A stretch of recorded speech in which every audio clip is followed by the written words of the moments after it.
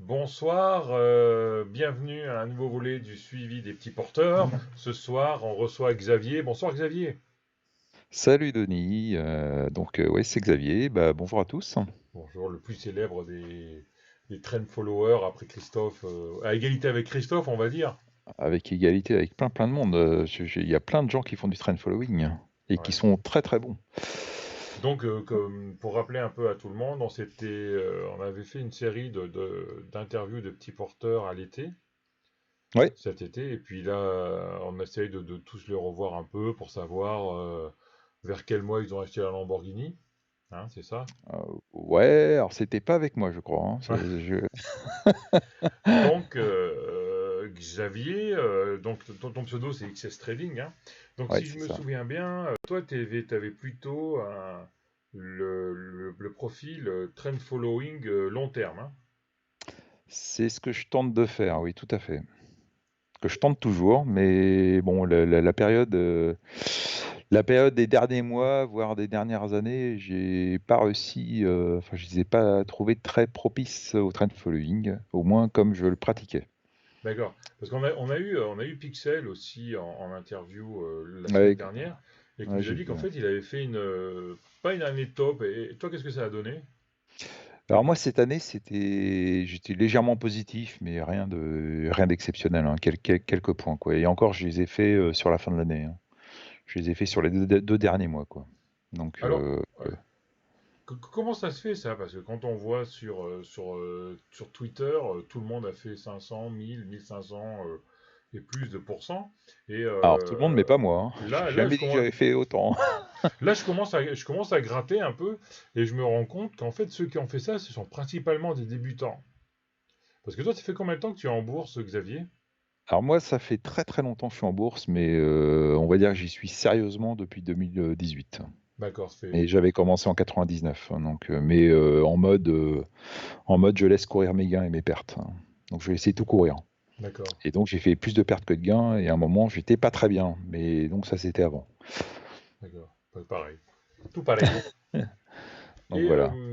comment on peut analyser ça que ceux qui étaient en bourse avant 2019, on va dire, n'ont pas réussi à performer autant que les nouveaux? Parce que pourquoi toi, tu n'as pas performé cette année, en fait, l'année 2020? Alors pourquoi? Alors c'est vrai que c'est pas. Alors moi ce qui s'est passé, j'ai eu en 2020, j'ai eu trois grosses périodes où j'ai vendu. Enfin trois périodes où j'ai vendu très fortement, où j'étais quasiment 100% liquide. Donc j'ai eu la chance de vendre, il me semble que c'était le 25 ou le 26 février 2020, donc juste avant, enfin quand ça a commencé à baisser, Ouais, dans la descente, mais très très rapidement. Donc là j'étais 100% liquide. Et donc quand j'ai vu que ça continuait à descendre, j'étais très content, puisque c'est descendu de à peu près 6000 points jusqu'à 3700, je crois, quelque chose comme ça, à ouais, peu près vers mi-mars, quoi. Et donc suite à cette baisse-là, même quand le CAC était arrivé vers 4000 points, 3800, 4000 points au mois de mars, j'avais un biais baissier, quoi. C'est-à-dire, là, j'ai pas racheté jusqu'au mois de juillet, quasiment.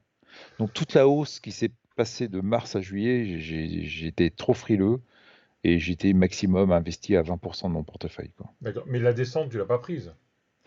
En revanche, la descente, je l'ai pas prise, ouais. Non, ça, j'ai D'accord. eu la chance de pas la prendre. Bon, j'ai pris un petit peu au début, mais quasiment rien par rapport à.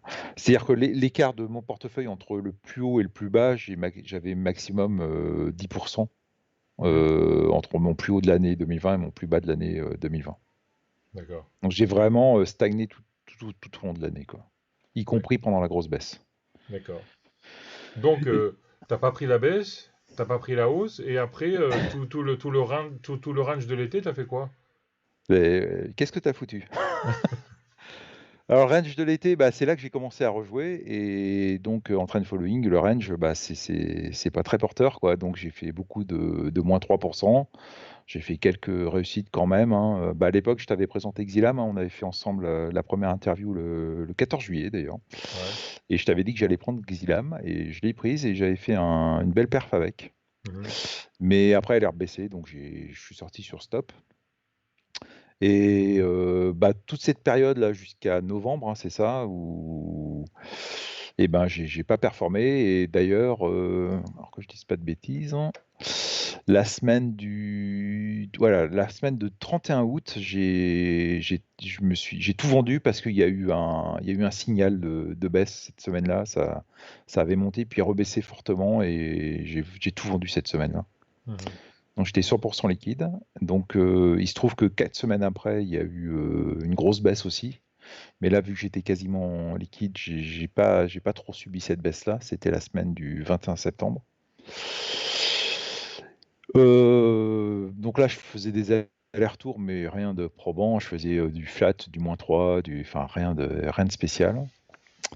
Et ensuite, il y a eu, alors, je sais plus, la semaine du 26 octobre, c'est la semaine où ils ont annoncé le vaccin, là, je crois, c'est ça? Ouais, Non, c'est c'est la ça. semaine d'après peut-être.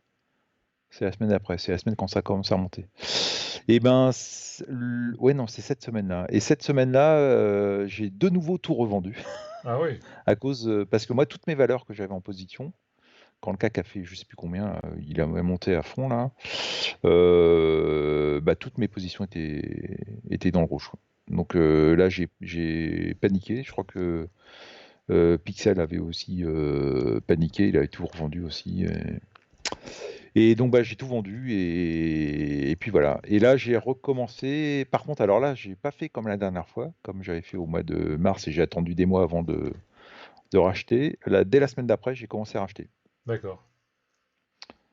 Et là, ça a commencé à fond. Ça a commencé, mes trades ont commencé à tenir à partir de début novembre, quoi.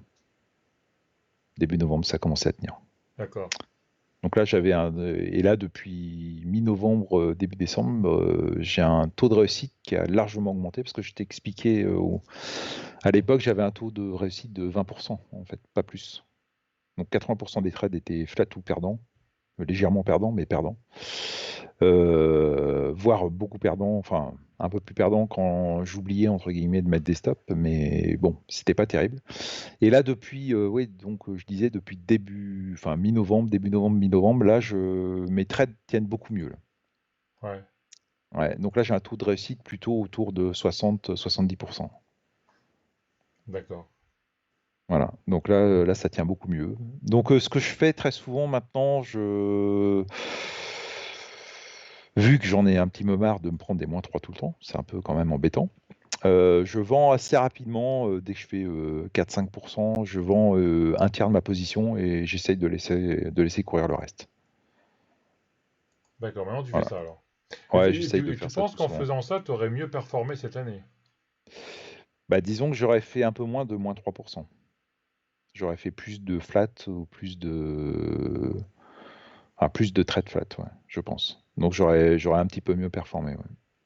C'est-à-dire que pourtant, en fait, cette année, ça monte, et après ça descend, ça remonte, ça descend, et c'est quand ça descend que ton stop saute alors. Ouais, c'est ça. C'est c'est- Ouais, c'est- c'est bah, c'est en c'est du fait, stop, hein. ouais, c'est-à-dire qu'en fait, il fallait, c'est ce qu'on disait, c'est ce que je répète souvent, ce qu'on m'avait dit une fois, et j'aime bien ce semblant, c'était un marché de rêveurs en fait, c'est-à-dire qu'en fait, c'était un marché où il fallait rentrer et puis garder quoi. C'était un marché Ouais. de buy and hold cette année. Fallait pas Bah, calculer quoi. ça dépend quand est-ce que tu es rentré, hein. Ceux qui sont, parce que là, ce que j'ai ouï dire que tout le monde, il y a plein de gens qui sont passés à la bourse depuis le début du confinement. Et début du confinement, c'était le plus bas historique, enfin le plus bas de l'année en bourse. Donc Mhm. ceux qui sont rentrés effectivement sans trop connaître le money management, les stops et Ouais. tout, s'ils ont acheté le 16 mars, s'ils ont acheté je sais pas, du Novacite au hasard dans ces périodes-là, forcément ils ont performé, quoi. Ouais. C'est ouais. Même en mettant pas de stop, là tu prenais des super perfs. Et moi, j'ai pas osé, j'avais un billet baissé et j'ai pas osé prendre et voilà. Donc ce que j'ai pas fait, suite au vaccin, dès la semaine d'après, j'ai racheté. Ouais. Donc là, ce qui fait, et là, ça a bien marché. Moi, j'ai fait la même chose que Donc là, j'ai toi eu et je me suis libéré. une fin d'année. J'ai fait la même chose que toi et je me suis libéré début janvier. Voilà. C'est pareil, c'est que ça monte, et ben tant que c'est haussier, ben faut pas vendre. Et, et Ah oui, alors c'est par un contre, moi, truc, je suis toujours en c'est position, un, hein. Mm. c'est un truc qui va contre ce que tu apprends avec le temps, avec l'expérience. Parce qu'avec le temps, avec l'expérience, tu apprends à couper tes pertes rapidement. Mais sur un marché haussier comme ça, il y a tellement de bruit, que si tu mets un stop, tu te fais toujours choper. Ouais. Bah après, c'est ton entrée qui fait que ton stop a plus ou moins de probabilité d'être touché, quoi. Ouais, tu crois? Si tu prends sur un, enfin moi, si tu prends sur un breakout, on va dire principal, long, bon, t'as quand même moins de chances de te le faire taper ton stop à -3, -4 que si tu prends un peu sur des stops, enfin sur des breakouts plus courts, quoi. Ouais. Mhm. Après, tout ça, c'est des statistiques, voilà, quoi. D'accord. Ok. Donc voilà, une année pas terrible, 2020. Donc bon, déjà, je suis pas négatif, donc c'est déjà pas mal. Mais bon, c'est vrai, comme tu dis, il y a des gens qui ont fait du x3, x4, x5, enfin, je sais pas combien, enfin, qui ont vraiment performé. J'imagine, c'est plutôt des gens qui ont fait de l'ID, qui ont fait des perfs comme ça, mais bon, moi, bon, après, je suis pas un expert en trend following, mais en trend following, j'ai eu du mal. Et je te dis, j'ai pas pris la hausse de mars à septembre, quoi. Enfin, de mars à août, on va dire. Donc ça, j'ai pas pris. Ouais. Voilà. Mais là, début 2021, en revanche, là, j'ai bien commencé l'année. Là, aujourd'hui, je dois être à 80% en position, ce ce qui a été rarement le cas en 2020. Mhm. Et bah là, ça suit son cours. J'ai fait quelques belles entrées la semaine dernière que je vais présenter sur Twitter d'ailleurs. Et bah, j'espère que ça va tenir, on va voir. Donc là, ce week-end, je vais remonter mes stops et voilà. D'accord. Et on laisse courir. Donc là, j'ai pris pas mal de positions. Et comme j'ai dit tout à l'heure, la majorité, j'ai pris déjà des petites plus-values sur un tiers de mes positions. Et je vais laisser courir le reste. D'accord. En espérant que ça tienne. Voilà. Tu couvres le reste, mais tu te mets à break-even quand même, ou comment Ouais, ça je se me mets à passe? break-even sur le reste. Ouais. Mm. D'accord. Et toi, et tu mets toujours, et tu remontes ton stop pour te laisser, pour te laisser sortir naturellement sur une conso en fait, ou sur un fin de train pour toi. Ouais, c'est ça. C'est ce que j'essaye de faire. Après, voilà, est-ce que quand quand je suis à 20-30% de mon prix de revient unitaire, voilà, la question c'est est-ce que je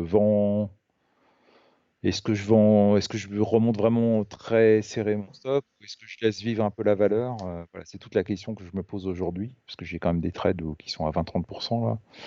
Donc là, je suis plutôt parti pour laisser courir le trade, quitte à prendre une mèche à -30, quoi. Ouais. Ok. Ben parfait. Tu veux montrer quelque chose ou? Euh, Bon, enfin, je peux te montrer. Bah, en fait, j'aurais dû le montrer pendant que j'expliquais, parce que j'avais un graphe où je montrais toutes mes sorties, mes Ah, grosses pourquoi sorties pas, sur oui. Mhm. par rapport au CAC 40. Donc, bah, je peux montrer rapidement.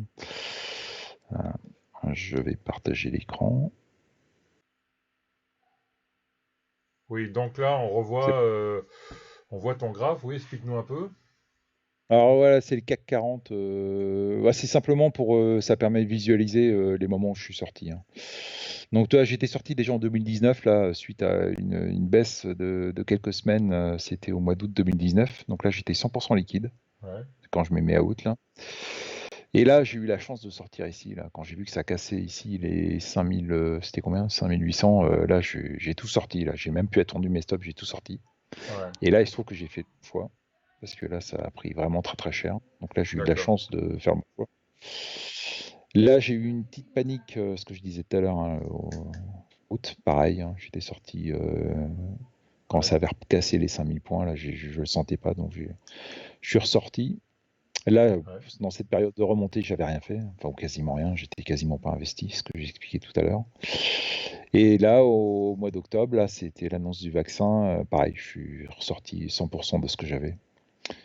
Donc mes sorties, on voit, elles sont de plus en plus basses. Donc c'était bof. Et puis et donc là, pour le coup, dès début novembre, j'ai commencé à reprendre des trades assez rapidement. Et donc là, ça a fonctionné pour le coup. Donc c'est vrai que c'était pas facile hein, quand même, hein. On voit une grosse mèche, des grosses mèches rouges suivies de grosses mèches vertes. Donc pas facile, Ouais. pas facile.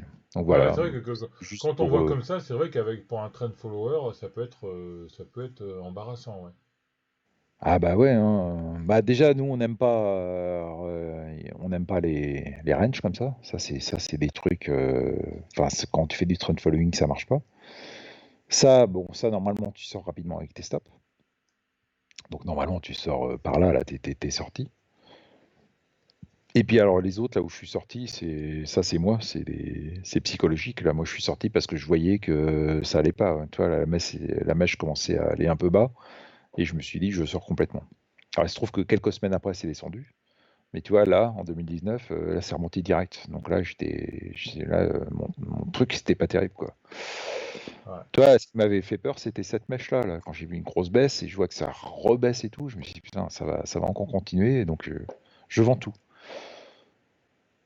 Celle-là, pareil, tu vois, il y a eu des mèches rouges avant, ça remonte, ça rebaisse. Je me dis, bon, bah, je ressors, quoi. C'est pas possible. Et puis là, coup de panique aussi. À l'annonce du vaccin, j'avais toutes mes valeurs qui étaient dans le rouge. Donc voilà, pas Mhm. terrible. Mais c'est bizarre parce que le trend following, ça c'est pas bizarre, hein, c'est une question, je dis n'importe quoi. Le trend following, vous vous basez beaucoup sur les indices. T'as toujours la première chose que tu fais, c'est t'ouvres les indices en fait. Ah non, non, non, non, non, c'est après coup en fait. Non, moi je Ouais. fais pas trop attention à ça, mais je regarde après coup. C'est-à-dire le jour où j'ai vendu, je regarde le CAC 40 et je dis ah ouais, c'est normal parce que c'est des sensations que j'ai en fait. Et après je me Ouais. rends compte qu'effectivement bah ça correspond quand même à une image. On le sent quand même quand ça baisse et tout. Donc non, je regarde pas. Enfin, je regarde comme tout le monde l'ouverture du CAC 40, l'ouverture du CAC Small quand même. Mais après en journée, pas plus que ça, non. D'accord. Mm. Ok. Voilà, voilà. Bah super Xavier, ça a été très gentil de revenir nous parler un peu de ton expérience de cette année. Et puis, c'est bizarre, il y en a deux qu'on voit qui n'ont pas beaucoup gagné cette année. Et bizarrement, c'est deux qui ont beaucoup d'expérience. Donc en fait, euh, attention à ceux qui ont gagné et qui n'ont pas d'expérience, ce qui peut se passer par la suite, quoi. Pour le moment, ça monte, hein. Donc après, si les gens font attention et mettent des stops Ouais, et ont un money management bon, bah il y a pas de raison qu'ils reperdent quoi. Faudra c'est qu'ils clair. sachent sortir quand il faut quoi. D'accord. Et ce qui est Voilà. le plus important, c'est toujours de conserver son capital, quoi. C'est qu'on n'a plus de capital, on joue plus après. Tout à fait. Voilà. Capital, c'est primordial. C'est si on loupe des gros trends, bah tant pis, hein, c'est raté. Après, on peut essayer de le reprendre un peu plus tard, mais il faut pas se précipiter. À prendre un trend parce qu'on voit que ça fait 30%, ça, on est sûr que si on regarde pas un petit peu les graphes et qu'on choisit pas son point d'entrée avant et qu'on sait pas ce qu'on va faire une fois qu'on a pris, c'est un truc où on peut se bananer fortement. D'accord. Voilà. Merci Xavier pour tous ces conseils, et puis on se voit rapidement alors. Eh ben, écoute, à bientôt et merci Denis de m'avoir encore accordé cette interview. Oh, bah, c'est moi qui te remercie, Xavier. Hein. Bah, Ciao, merci ciao. beaucoup. Ouais, salut Denis.